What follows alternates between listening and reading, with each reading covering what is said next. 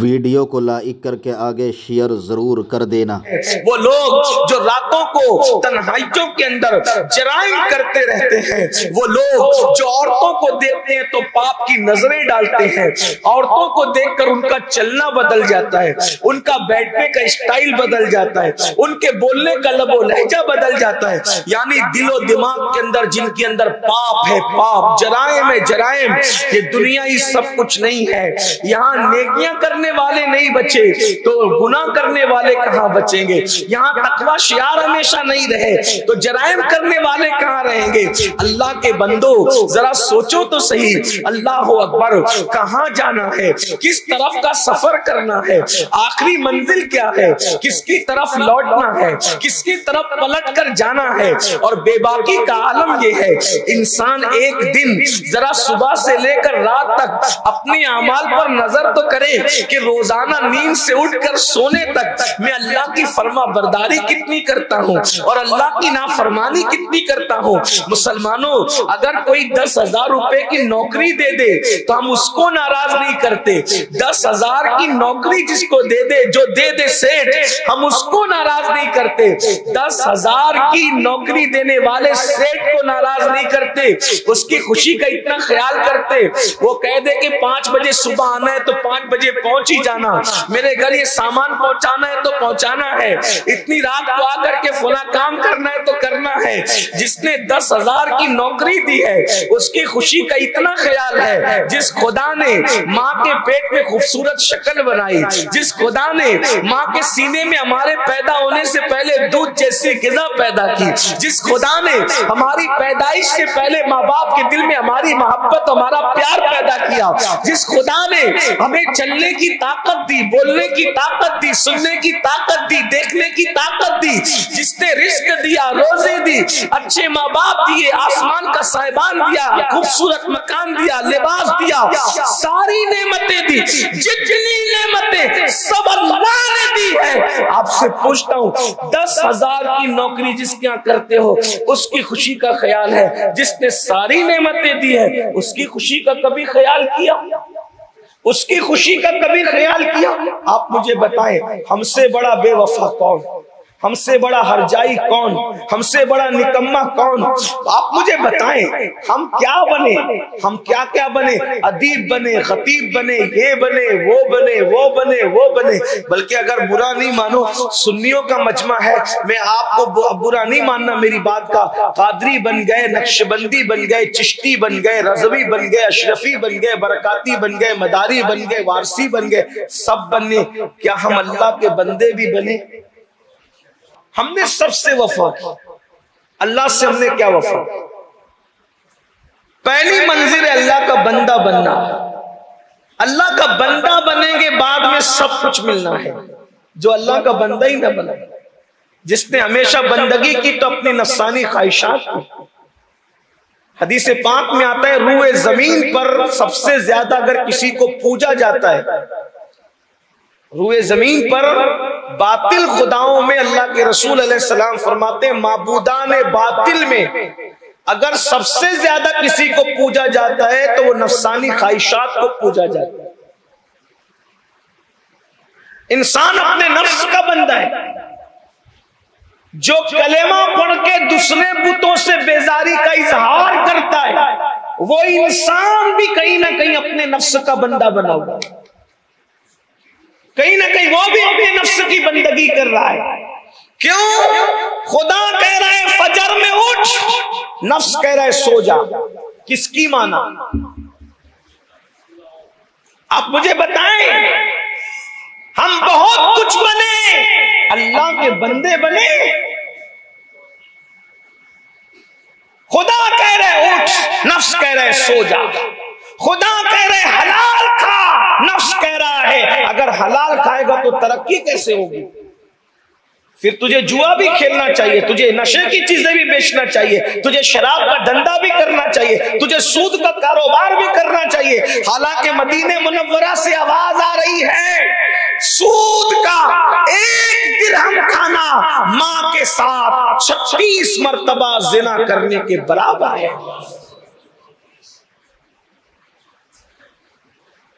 सैयदी आला हजरत अपने मलफूजात में इस हदीस को नकल फरमा रहे हैं, 1 दिरहम सूद का मां के साथ 36 बार जिना करने के बराबर। मगर नफ्स के कितने गुलाम बने, नफ्स ने हमें कहां पहुंचाया, नफ्स की गुलामी ने हमें किस गड़े के अंदर ढकेल दिया कि अल्लाह कह रहे हलाल तुझ पे लाजिम किया गया है और बंदा हलाल की परवाह नहीं करता, बंदा हलाल और हराम में तमीज ही नहीं करता। एक और हदीस पाक है, सूद के 60 दर्जे हैं, जिसमें सबसे हल्का दर्जा मां के साथ जिना करना है। एक हदीस पाक है कि सूद खाने वाला और काबतुल्लाह के सहन में जिना करने वाला दोनों बराबर बराबर है। अल्लामा इब्ने हजर मक्की रहमतुल्लाहि ताला अलैह लिखते हैं कि मैंने शबे कद्र में भी सूद खाने वालों को अज़ाबे कब्र में मुब्तला देखा। रमजानुल मुबारक की रातें और अपनी जगह, लेकिन सूद खाने वालों को मैंने शबे कद्र में भी अजाब में गिरफ्तार देखा। मैं सिर्फ इशारे दे रहा हूं इसलिए कि वक्त की किल्लत हमारे सामने है। आपसे पूछता हूं, अल्लाह के हबीब अलैहिस्सलातु व तस्लीम फरमा रहे हैं, वो बात फिर आती है, उसको हम फिर वापस पेश करते हैं कि मुजरिमों को जहन्नम के अंदर जहन्नम का पानी उनके सर पे डाला जाएगा। अगर दुनिया का गर्म पानी सर पे डाला जाए तो क्या हाल होता है? खुद के गीजर पर अगर तवज्जो ना हो, पानी ज्यादा गर्म हो जाए और गलती से डाल दे तो क्या हाल होता है?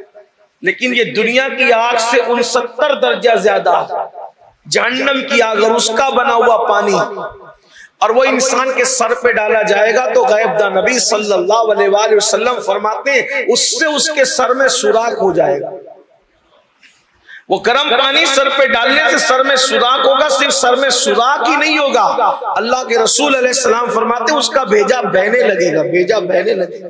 ये दिमाग गर्म पानी डाल के क्यों बहाया जा रहा है?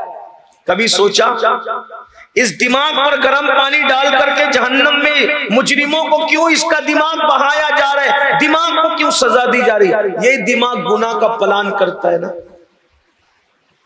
गुनाह का मंसूबा यही दिमाग बनाता है ना, यही सोच पैदा करता है ना, इससे राब्ता कर, उससे रिश्ता जोड़, उससे बदकारी कर, उससे बेहयाई के काम कर, उससे गुफ्तगू कर, उससे नाजायज ताल्लुकात कायम कर, हराम काम इससे कर, झूठ उससे बोल, धोखा उसको दे। ये सब दिमाग ही प्लान बनाता है। इस दिमाग का अंजाम क्या होगा? ये जराइम पेशा दिमाग का अंजाम क्या होगा? आज आजाद हो, जो चाह रहे हो कर रहे हो, आखिरत को न भूलो, एक दिन ये दुनिया खत्म होगी। जगह जी लगाने की दुनिया नहीं है, ये इबरत की जा है, तमाशा नहीं है। हमसे पहले हमारे बाप दादा यहाँ थे, उनसे पहले उनके बाप दादा थे, उनसे पहले उनके बाप दादा थे, सब गए कि नहीं गए? हमें भी जाना है। साथ क्या लेके जाओगे? कुरान कहता है क्या साथ ले जाओगे? ला तंसा नसीबका मिनद दुनिया, दुनिया से अपने नसीब का मत भूलो, यानी सिवाय कफन के कुछ और लेकर नहीं जाना। करोड़ोंपति बन जाओ, अब्जोपति बन जाओ, अरबोपति बन जाओ, कोटिपति बन जाओ, लेकिन सिवाय कफन के दुनिया से कुछ नहीं ले जाओगे। अल्लाह राजी है तो कफन भी कफन रहेगा, और अगर अल्लाह नाराज है तो वो कफन भी जहन्नम की आग की चादर की शक्ल इख्तियार कर लेगा। एक हदीस लिखी है अल्लामा जलालुद्दीन सुयूती रहमतुल्लाह अलैह ने शरहुस सुदूर के अंदर, थोड़ा सा गौर कर। आज मुसलमानों का हाल क्या है? किसी का कर्ज ले ले हड़प कर्ज, किसी का माल ले ले डुबा दे, किसी का पैसा ले ले चिटिंग कर जाए, यानी उनको कोई ख्याल नहीं। और उनके दिलो दिमाग के अंदर क्या खपता है? मैदान महशर में हम मुसलमान हैं, हम नहीं बख्शे जाएंगे तो कौन बख्शेगा? यही है। लेकिन आइए, इमाम सुयूती हदीस लिखते हैं, बहुत तवज्जो से सुनो। इमाम सुयूती हदीस लिखते हैं कि अल्लाह के रसूल सल्लल्लाहु अलैहि वसल्लम जन्नतुल बकी में तशरीफ ले गए। साथ में एक नौजवान सहाबी थे। हुजूर अलैहिस्सलाम ने उनसे इस तरह से, यानी हटो हटो वहां से हटो। तो उन्होंने समझा कि हुजूर मुझसे मुखातिब है, तो वो घबरा गए, हुजूर आप मुझसे मुखातिब, का तुझसे नहीं, ये जो कब्र के अंदर सो रहा है ना, इससे मुखातिब।